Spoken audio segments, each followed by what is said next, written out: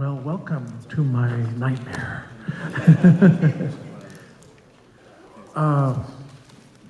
My cohort, Charles, will be right back. He's getting a computer so we can show you some things. But in the meantime, does anyone have any pertinent or maybe even impertinent questions they want to ask about anything?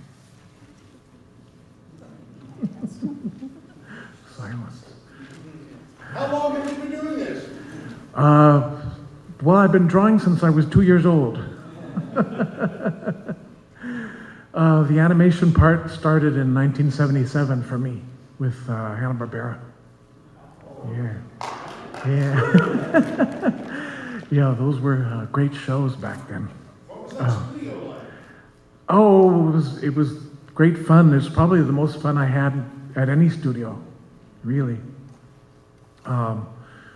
The closest we came to the pure zaniness of working there was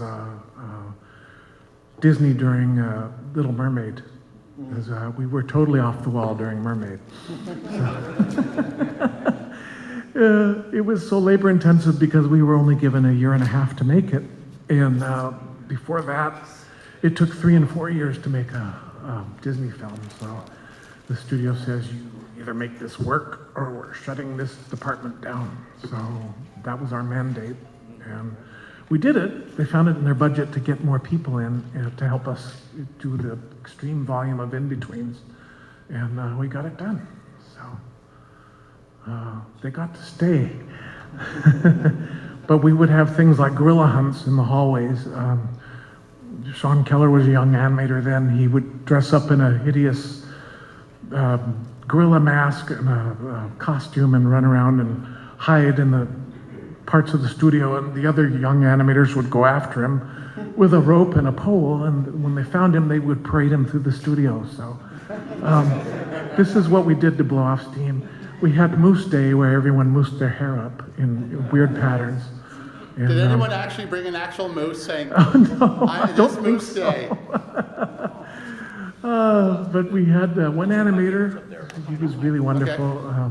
His name was Bruce Johnson, and he's had like 14 children since he's been married. That's one of the Brady Bunch. Long before the kids came, but he was born without legs, and he's able to walk on artificial limbs using a staff or a crutch.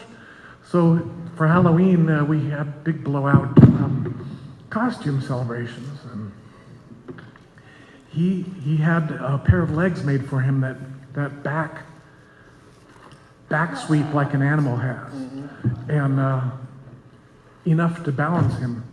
And he came as a werewolf, and it was just great. He won first place, of course. Yeah. I wish I had my roller skates. I gotta get more equipment to help hook up this because I have a Mac. God bless me. Hey, I got you. Yeah, Charles is amazing. He can keep his balance better on the roller skates than regular walking. So, yeah. What other great questions have you got for me? For now? Yes. Where was your background before we went to Hanna-Barbera? Were you studying animation, or? No, actually, I was studying graphic design for advertising and product development. Yeah, at UCLA, and taking some film courses here and there, and that was all at UCLA. And I never made it out of the black and white film phase. So they start you on videotape, and then you go to black and white film, which is probably 16 millimeter at the time. And I was all set to go into the other thing, and then Hanna-Barbera started classes in in-between animation because a lot of their people were dying out in the industry, and they needed new blood to, accomplish the animation itself. So they started their own classes back then because there were no schools in place, except for the CalArts studio in Valencia, California, and the Sheridan College in Canada. So if you wanted to go to Canada, you could, which a lot of people did, and then they got hired by Hanna-Barbera later. So we went through the course, and 30 of us got hired the first time, and then another 30 after that, and built the industry back up, and that was the beginning. So, yes. What's the hardest deadline you've ever had to reach? The hardest, as far as deadlines, that would probably be Mermaid. Dragon's Lair was a breeze because even though it was a short span of time, it wasn't like the film we had just made, which, you know, the characters are on screen long enough for you to really scrutinize them and study them, so we had to be very careful with the drafting.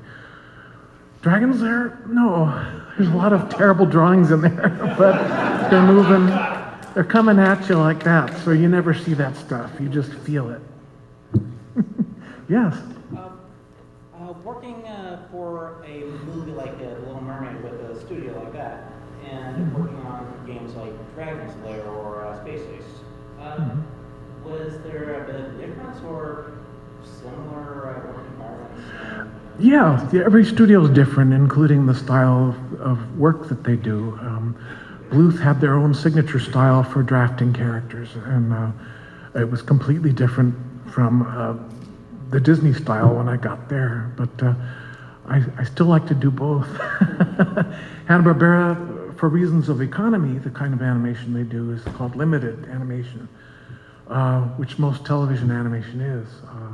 There's a lot of anime, though, that has more drawings than American stuff does. But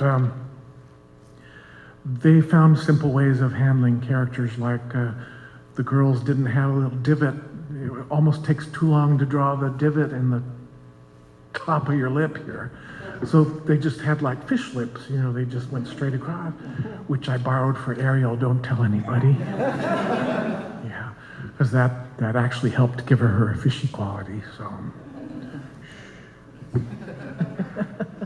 Yeah. When you animated dialogue, was that like before the voice actors did their work or after, or how do you? Yeah, in America it's before. Sound effects not so much, that they're usually Foleyed in just like they are for live action later on in post-production. But yes, we record them, and then we have what's called track readers that just run the film back and forth through the film gate and find out which frame that word starts on. So you hear this,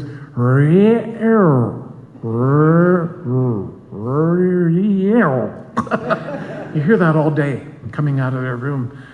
So, but I'm grateful because they get it nailed down to the nth degree. And usually you animate the beginning of the word 2 frames before it actually is pronounced. I don't know why it works that way, but it's an optical illusion. So, the Japanese, on the other hand, they record the dialogue after the fact, after the animation's done. So, because they have a more syllabic language than we do, and they can just flap the mouth and in animation, and then have the actors come in and say their lines. You had a device all this time, and I ran down to get my device. I gave you the signal. I'm called Focus. So they would. Thank you. That's why the dialogue sounds so funny and rapid fire when we dub it into English. Because it's, oh no! Instead of oh no, it's oh no, what are we going to do? You know, it's going to be something interesting. Yeah. What other Bluth projects did you work on? Well, there were about 4. There was Secret of Nimh. I did get to work on a little bit of Xanadu when I got there, because they were still finishing the sequence for that. But then it was right on to Nimh, and then we had the opportunity to do Dragon's Lair with a research company, and then we did Space Ace, Dragon's Lair 2, and then they went into Chapter 11 because of the company that was running the games, and not us so much. We did our part, but that last game came out probably 2 or 3 years later, I think, maybe 85. Yes. Is that what you remember? But they had somebody else finish it. We were almost done, but they had somebody else finish it up, and it got released. I'm the voice of the Queen of Hearts in that one. Stop that bouncing! Yes, Your Majesty. Off with her head. So there was that, and then a bit later we did American Tail. Okay, cool. And I lasted 3 weeks on that one. Then I went back to Hanna-Barbera. So that was a financial decision. Because Spielberg had the idea to pay people by the foot of film, and it's murder. Oh, When you're doing things on ones, which means you're one frame for one drawing, that eats up a lot of drawings. The standard is two frames for every drawing. If I could jump in, I had one friend who did layouts and backgrounds, and he's paid again per foot. Well, he did the Macarena in Animaniacs, and what is the background in Macarena? It's just a white background. That's it. There's one sheet, reuse. So all you do was get one piece of paper and just write the word reuse on it and all the scenes, and you got paid. Wow. Union rate. A lot of work. But then they punished him later because he had to do a scene in one of those cartoons. Where the background was animated. Yeah, where the background was animating. Nightmare. And there were 40 robots. So his footage went way down. Instantly. Yes. Yeah. My father used to tell me, wow, you all are so lucky. I said, how so? He says, well, you're expected to get 8 drawings done a day, right? And I said, sometimes more if we can. But we try to get the formula for drawing that character down simple enough that everyone can get a hold of it. In the case of Mermaid, Ariel had the most footage of anyone in the film, so we had a major footage chart that showed how much footage each and every character had, including the incidentals. And hers started at the top of the chart and went all the way to the floor. So other people's would stop maybe midpoint, maybe not even that much. Sebastian had an amazingly low amount of footage. Even though he's all through the film, he's spotty. So she was in almost every scene in the film. So once those people come off their own characters, they swallow hard and say, oh, okay, I guess I'll try drawing a human. But we would try to get the formula down so that we could pass off to them easily. My father was not so lucky on Sleeping Beauty because it was in a very exacting drafting style. And he told me we were lucky if we could get 3 good drawings of Maleficent done a day. I said, 3? Oh my God. So, but if you look at the film now, you can see why it took them so long. 6 years for him, personally. The film was in production for 10 years. Hey, fella, take a look at this. Explain what this is right here. Oh, this is a test I did on the spot for Chase Masterson, who was on Deep Space Nine, Star Trek. And she's a very sweet lady, and she really wanted to know how it was done. So she was amazed that it took that many drawings. That wasn't not a lot. That was maybe 5 or 6 to do her sweeping her hair back off her shoulder. Yeah. So, but we shot it there too, very crudely, and it's on the internet now. There we go. That's why. Who wants to see a little bit of history? If I may jump in. Sure. All right. What's kind of amazing is that Philo Barnhart, who is one of the creators of Little Mermaid, has a mother and father. Where did your mother and father meet? Disney Studio. They met at Disney Studio. Wait a second. They met at Disney Studio, right? Yes. So what does that make you? A Disney brat, I guess. He's a Disney brat. Yeah.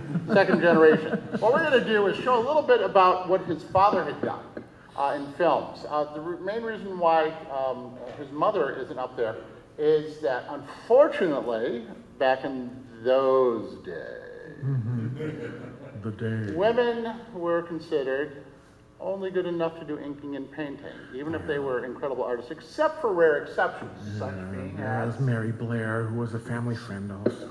Yeah. But what did she do? She was the visual designer for many, many films. Yes, yes, but a visual designer. Song of the South, Cinderella, Peter Pan, most of the things that were done in the 40s and 50s. But what we're going to show you now are some of the films that his father worked on, followed by films Philo worked on. Now, Philo has also worked on a huge slew of animation as well, before Dragons Lair. Has anyone heard of the Smurfs? Yeah. Now, Philo, what did you do for the Smurfs? I drew those little blue bastards. But No, I really love them. They were very much like Mickey Mouse, the way we would put them together. right, so Philo figured out using a formula almost identical for creating Mickey Mouse is the same for the Smurfs. If you put the two side by side, it's almost like the Smurfs have been wearing a Mickey Mouse head for all these years.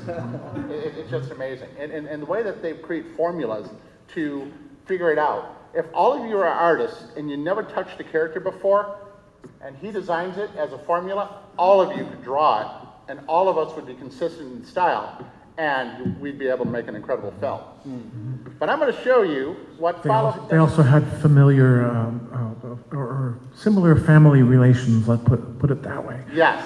Smurfette being the only female, and Mickey having nephews without the benefit of, well, you know.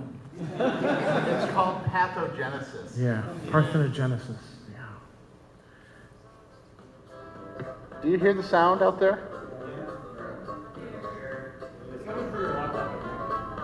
Okay, why aren't we getting full sound? Oh well. There's okay. Pops. Are you able to see it out there? Yeah. That's Pops with a pack of cigarettes in his pocket, which I never saw when I was born. Now what's this?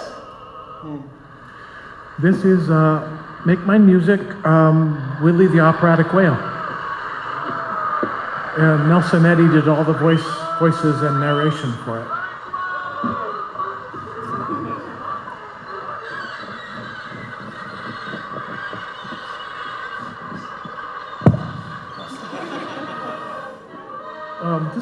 This was my mother's last film, actually.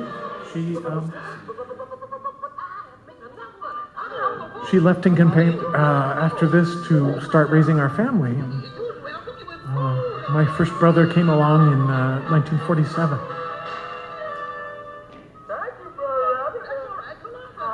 And a lot of you probably have never seen it before because Disney is still sitting on it. So, Ichabod and Mr. Toad, if you've ever been to one of the Disney theme parks, you'll see a dark ride called Mr. Toad's Wild Ride. This is what that was based on.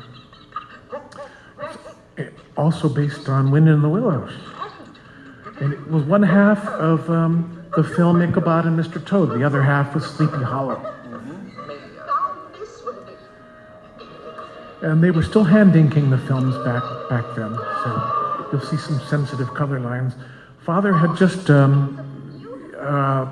studied at Traphagen School of Fashion for a sabbatical and returned to the studio, and they put him to work immediately on Cinderella's dress.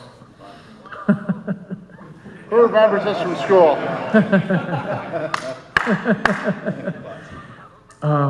Dad did a lot of many goofy shorts, most of them with Jack Kinney, and a good deal of them in the 50s. So when they weren't making movies, they were doing shorts.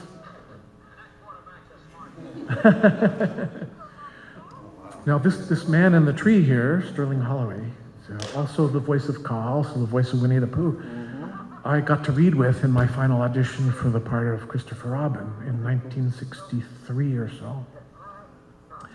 I lost the part to Bruce Reitherman, the director's son, Willie Reitherman's son, but my consolation prize from Walt Disney was being in Mary Poppins with my father flying a kite at the end of the movie. Cool. So that was a whole other story. By the way, we're going to see why Hook is truly evil.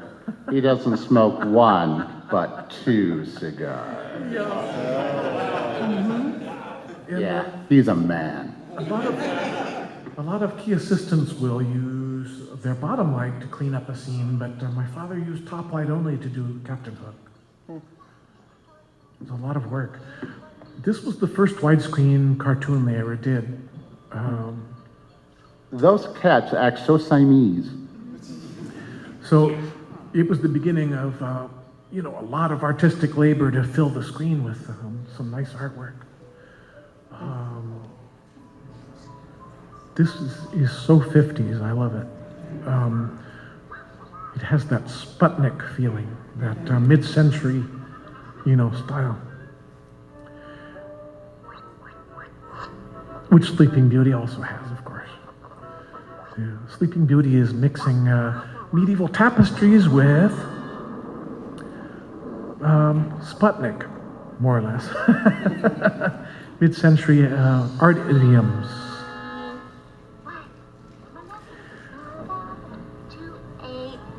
I do not want to eat her cooking. No, she puts the shell and the whole bit in. This is some of the only footage my dad got to animate. He didn't quite make 150 feet of film. Once you do that, you can get an animator's credit.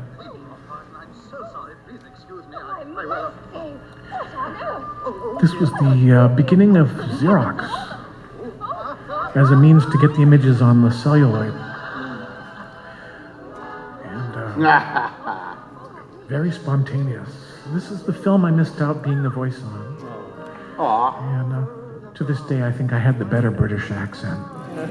Oh, yes, his accent was so good. My father coached me with our woolen sock, reel-to-reel tape recorder every night. And I was very proud of it because out of 150 little boys that tried for it, Are you sure there that were was... just the two of us. Are you sure that was Pooh? I thought that was the Emperor of China. Oh, yes, that's going around right now. Winnie the Pooh has been banned from China for real because he looks too much like the president of China. I thought my Chinese friend was kidding, but it turns out it's a real thing. I have a cat that looks like that. This has the distinction of being the last film that Walt personally had anything to do with, supervised. And sadly, he didn't get to see it finished because he passed away a few months before the film was released. I think he would have loved it. That's Doctor Who's car. This is the first post-Walt film. And you see how loose and rough and wonderful the drawings are. We started practicing what's called touch-up. Requires an animator that is a good draftsperson. Otherwise, you have to completely redraw what they do as their assistant. Who's this? Some mountain man standing or sitting with actor Don Eitner, who's been in a lot of B-movie science fiction, and he was on television a lot. But he was our family friend.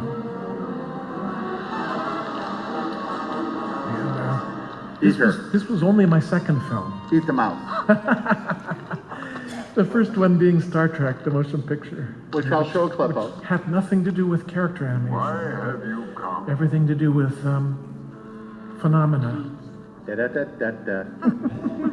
Phenomena. Phenomena. Real quick, how much time do we have, Tech? Another 15 minutes. Oh, okay. Continue, sir. Okay. Well, the most pencil mileage, and that's things like drawing fur and feathers, belong to the great owl in this film, and also to Nicodemus. Oh, if you don't give it back, you'll be To sorry. the point where I called him Nick Odious. Because I got very tired of drawing fur moving Give it back. around. This was about the third or fourth widescreen cartoon. It also was in Come on, production for yeah. 10 years, Where is it? but it's not Sleeping Beauty. He stole an apple. He's bad. Wait, what's This this? is Glenn Keane's animation. But I know something's starting right now. We had a actress named Sherry Stoner that worked out a lot of what we did. Someday I'll be And did a lot of reference footage for us.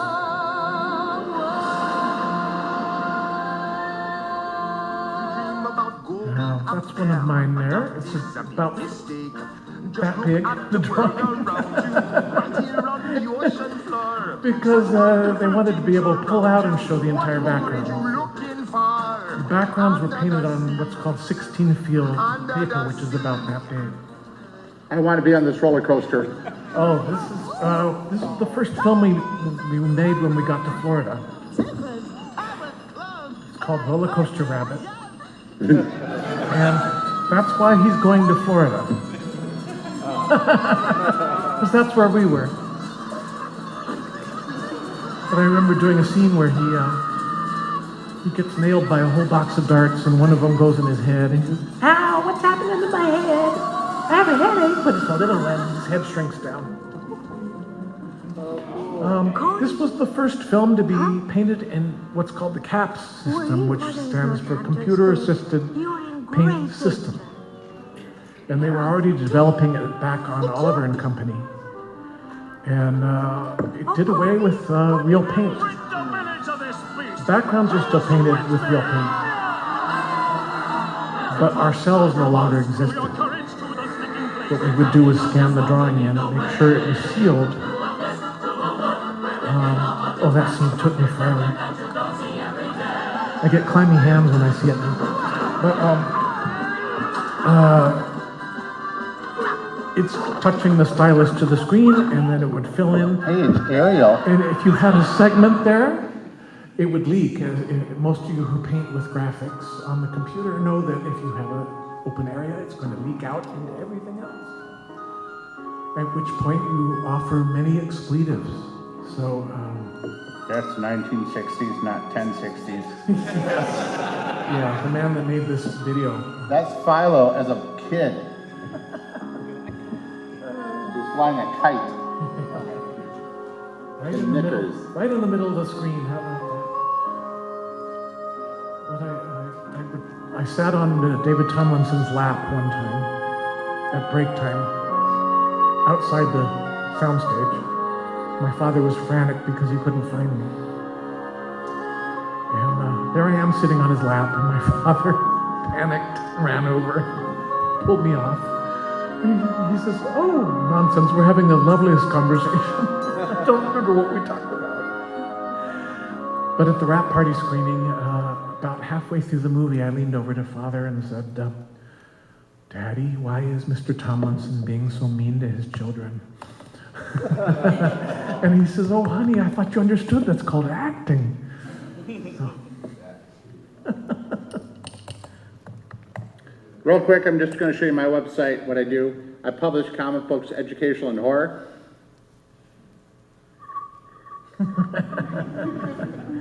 But I work with quite a few people. In fact, one of the people who works with us, oh my God, look at that lunatic up there. Hey, look at Philo Barnhart. Frank K. Morris, Doc Reed, but let's see his credits. It's my new life. Wow. Wow. Oh my God.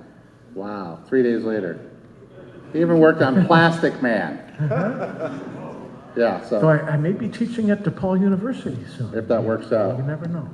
But, and the other thing I do is educational comics. I'm just going to show this to you real quick, and then we'll get back to you. Thank you.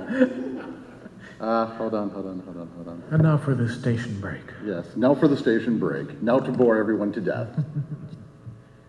Thank God for Dropbox. Oh, I'm making a board game called It Lies. It's some kind of, it's cool stuff. Hold on, let me just see. No, I forget that.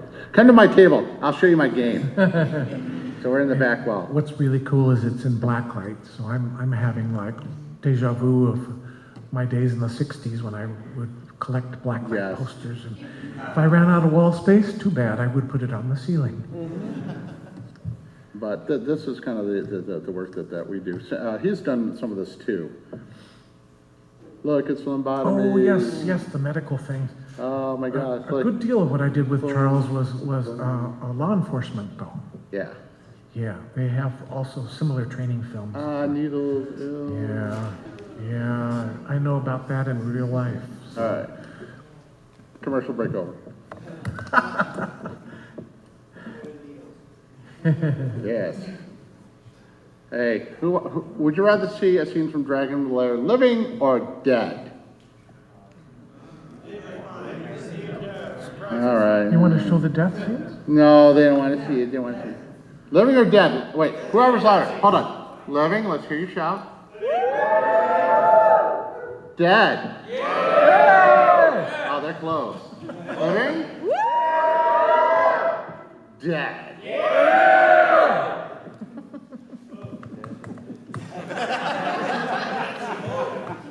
Hey, we lived for those death scenes.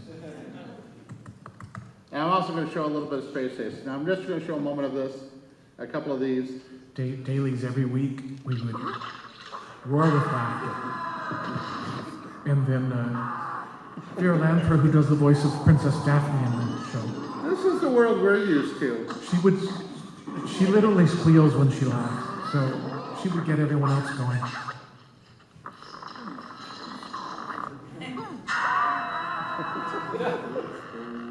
That's as far as I got, folks, in the game. We had the unit that we could play for free in our lobby, but I finally left it alone because I kept dying. Ow.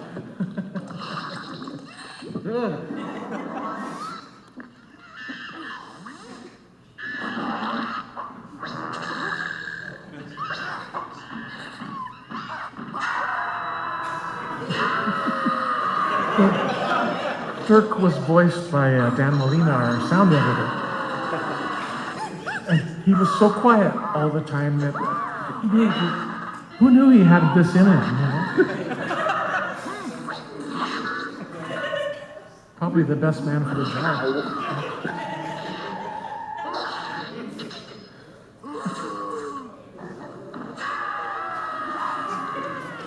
This poor guy.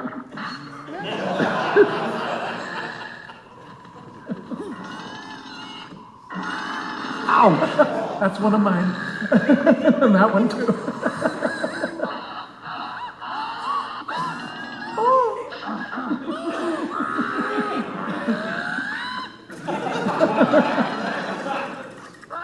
This should be called outtakes of Dirk.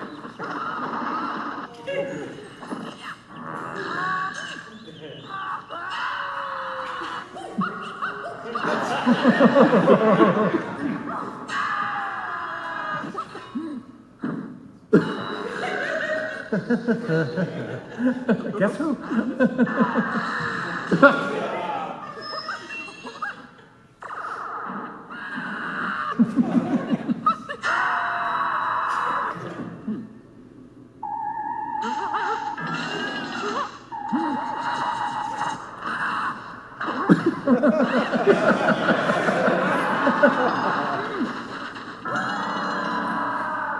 That's one of my scenes.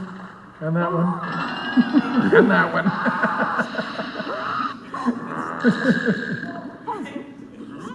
Good memory. We were entertaining ourselves first.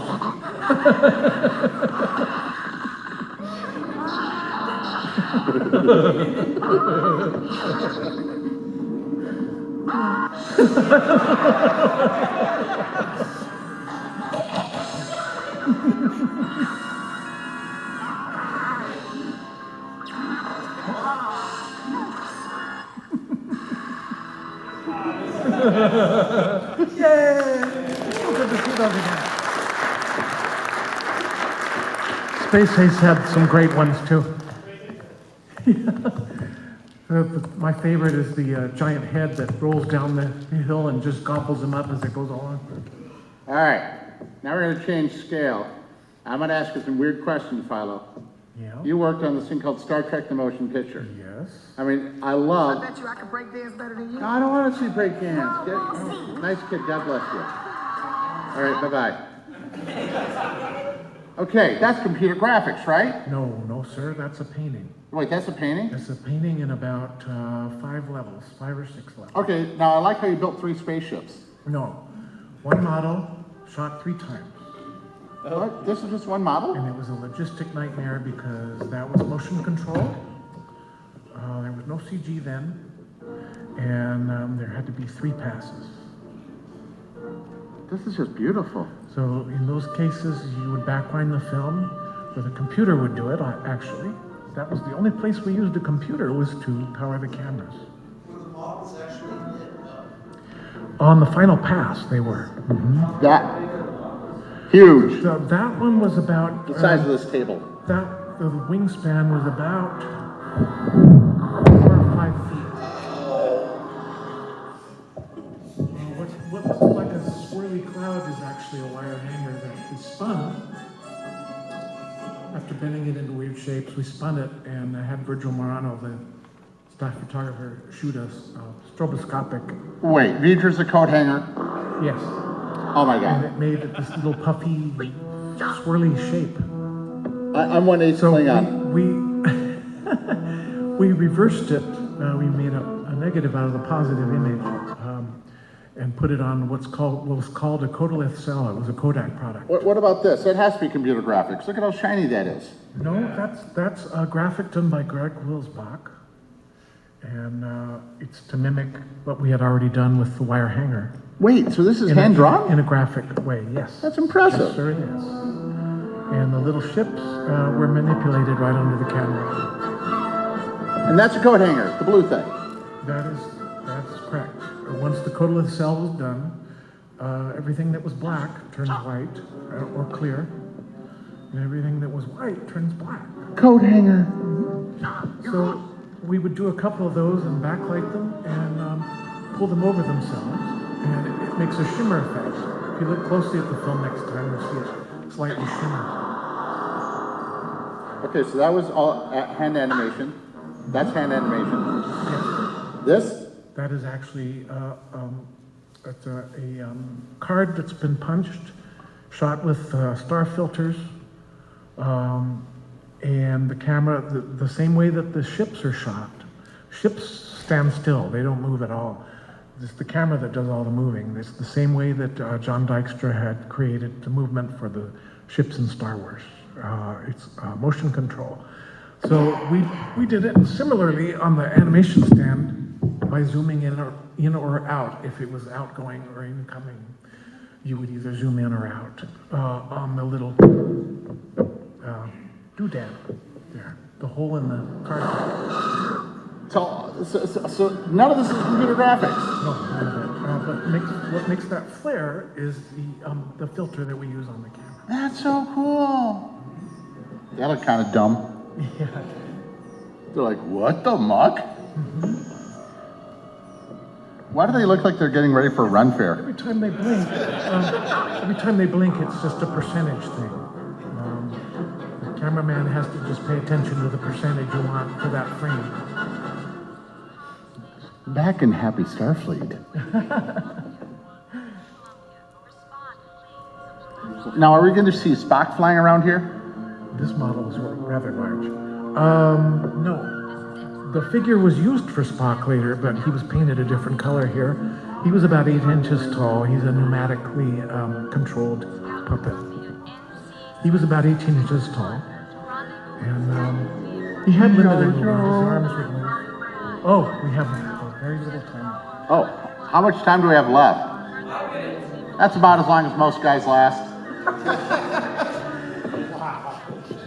But this was a nice size model, and it had little view screens that they were projected the people that had already been previously filmed Sensor into. drone is intercepting this on quad L. I'm going to jump ahead to the destruction of the It worked really well. cosplayers. Yeah, where it didn't work well was the shot that they kept doing over, and it still doesn't look right to me, is the shuttle that Scotty and Admiral Kirk are in that backs away and then flies around the Enterprise. There were times when they looked kind of wonky. Now, that lightning is cool animation. No, that's actually a Tesla coil. It would arc 6 to 8 feet into the room when we turned it on. Really? And it was playing havoc with the nearby Van Nuys Airport. This stuff was shot at Dykstra's facility in Van Nuys. Now, I And heard, so we had to build a cage around it to contain it somewhat. now, did you go through more Plus, than, when they piped it through the models that were the same shape as the ones on screen to show it being taken over, those models would explode sometimes. So it was doubly important to build a cage to catch the shrapnel as it flew through the air. So they wouldn't let anyone in there. talk about a shocking experience. Yeah. Coat hanger. But, Aviva. but for those shots where you saw the Enterprise passing over the V'ger from the down shots, they built a tiny little Enterprise about 3 inches long. I often wondered initially how they did that. Yeah. Come to our booth, buy stuff. It's cool. Until John Dykes just showed me the model when Yes. we went in there. Yes. Yeah. By the way, Annie, 2 questions.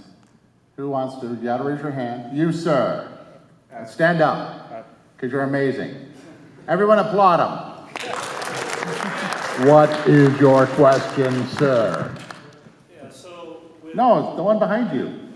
No, him, you. with the proliferation of CG films, especially from like Pixar and DreamWorks and whatnot, do you look at that as like an illusion of an art form, or do you just kind of shake your head angrily or kind of wistfully look at that? Well, I ran the gamut of emotions initially, but I've come to embrace a lot of it because, the stories are so good. But the ones I really love are the hybrid ones where there's hand-drawn and computer together, like Paperman and the upcoming Klaus movie. Klaus. I'm looking forward to that because he's been working on that for a long time. You in black shirt, stand up now. Ask your last question for this panel.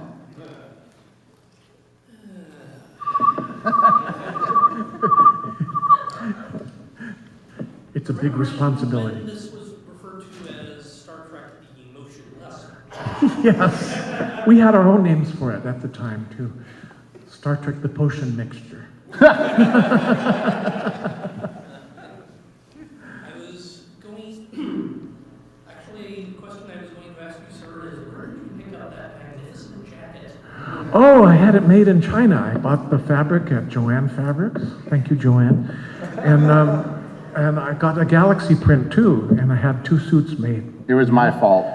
And they fit me like a glove because he measured me like 10 times. Yeah, they're not used to giant Americans there. By the way- They have Asian sizes. One moment. Everybody give him a round of applause, too. Continue, Mr. Barnhart. By the way, he's on the cool list. All of you are on the awesome list. Everyone, I'd like you to repeat after me. I want you to all say, I am awesome. I am awesome. I am cool. And the world is better. Because I exist. Give yourselves a round of applause and thank everyone.